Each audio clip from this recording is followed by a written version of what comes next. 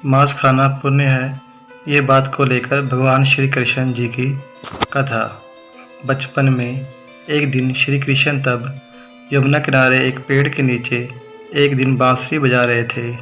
ठीक उसी समय पर उसके पास एक हिरन दौड़ता हुआ आया था और उसके पीछे जाकर वह छुप गया था। तब हिरन बहुत डरा हुआ था। तब श्री कृष्ण ने हिरन के सिर पर हाथ हिलाया और तब हिरन को पूछा, क्या बात है हिरन, तुम बड़े घबरा कर यहाँ आए हो। तभी वहाँ एक शिकारी भी आ गया। तब शिकारी बोला कि ये मेरा शिकार है, तुम मुझे दे दो। तब भगवान श्री कृष्ण बोले कि हर जीवित प्राणी पर सबसे पहले उनका हक होता है, ना कि किसी और का हक होता है। ये सुनकर शिकारी को बड़ा ही क्रोध आ गया। उस शिकारी ने कहा, भगवान कृष्ण को ये मेरा शिकार है जिससे मैं पकाकर खाऊंगा।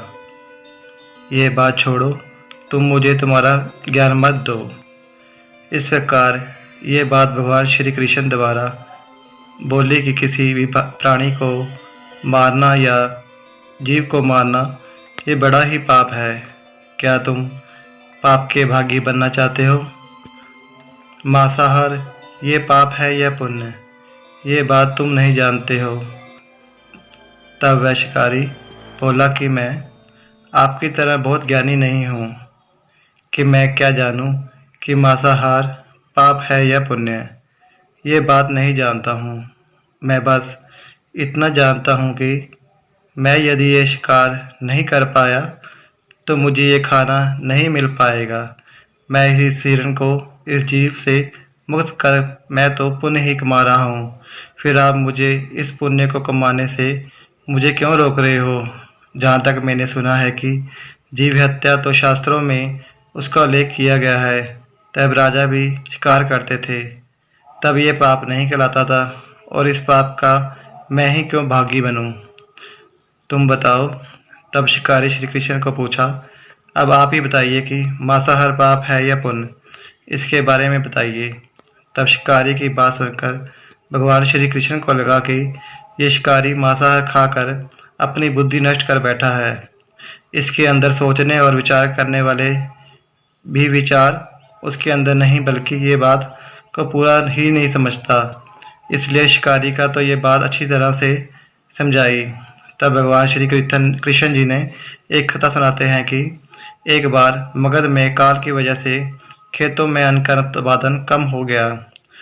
तब वहाँ के राजा को बहुत चिंता करने लगे और मन ही मन में सोचते रहे कि समस्या का निदान योग्य रीति से नहीं हुआ तो कठार में भरे हुए अनाज का कम पड़ जाएंगे और इसके बाद संकट और भी बढ़ जाएगा। इस समस्या का हल करने के लिए राजा ने मंत्री एवं सभी राजदरबारी और मंत्री परिषद में राज दरबार से सभी को बुलाया और यह बात सभी को बताई कि इस राज्य में इस भुखमरी की समस्या का इलाज करने के लिए हम क्या करें। ये बात सुनकर सभी मंत्रीगण सोचते रहे, यदि हम चावल गेहूं को उगाने के लिए हमें बहुत ही श्रम करना पड़ेगा और उसमें समय भी काफ़ी लगेगा। ऐसे में राजा कोई भी सस्ता नहीं हो सकता। तभी शिकायत करने वाले एक मंत्री ने खड़े होकर कहा कि करने वाले महाराज ने कहा कि सबसे आसान तरीका मांसाहारी है। यह धन की खर्चा नहीं करता और समय भी बर्बाद नहीं होगा। इस बात को लेकर सबका समर्थन मिलता है। तब राजा वह पर शांत होकर सबकी बात देखता है, सुनता है, और उसके बाद मंत्री परिषद ने कहा कि ये बात नहीं मानता कि मांस में सबसे सस्ता पदार्थ है, ये नहीं मानता हूँ। फिर भी इस विषय पर मैं आपको कल ये बात बता दूंगा। प्रधानमंत्री जब उस मांसाहारी के घर जाकर पहुंचते हैं और उनसे कहा कि संध्या को महाराज बीमार हो गए, उनकी हालत बहुत ही खराब हो गई। तब वैद्य ने कहा कि तुम कोई शक्तिशाली प्राणी का मांस यदि मिल जाए तो वे जल्दी ही ठीक हो जाते हैं। तब उसने कहा कि अगर आप मेरे पास आपका सब कुछ मांग सकते हो। तब शिकार ने कहा कि मैं तुम्हारा हृदय निकाल कर मैं राजा को दे देता हूँ। तब वह बहुत उदास हो गया। तब वह राजा को मांस खिलाया और सभी तभी राजा ठीक हो गए।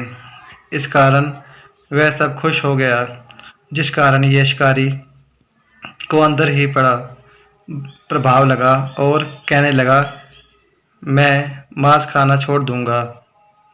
तो मित्रों, आप इस कथा को जानने के बाद आप पर निर्भर करता है कि आप कौन सा आहार प्रदान करते हैं और कौन सा नहीं।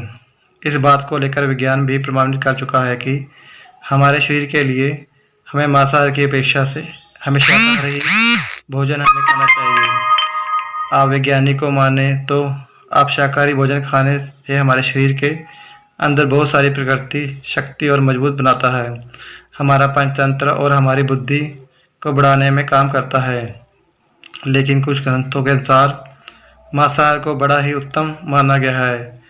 जिन जीवों को आप मार कर खा रहे हो उन्हें पाने प्राण बचाने के लिए अवसर भी नहीं मिलता है। जिस तरह हम प्राणियों का शिकार करते हैं तो हमें इस जन्म क्या दूसरे जन्म में भी मनुष्य का अवतार नहीं मिलता। तो मित्रों, हम उम्मीद करते हैं कि आपके सारे भ्रम टूट गए होंगे। जय श्री कृष्णा। वीडियो अच्छी लगी हो तो लाइक कर दीजिए और चैनल को सब्सक्राइब जरूर करें। धन्यवाद दोस्तों। जय श्री कृष्णा।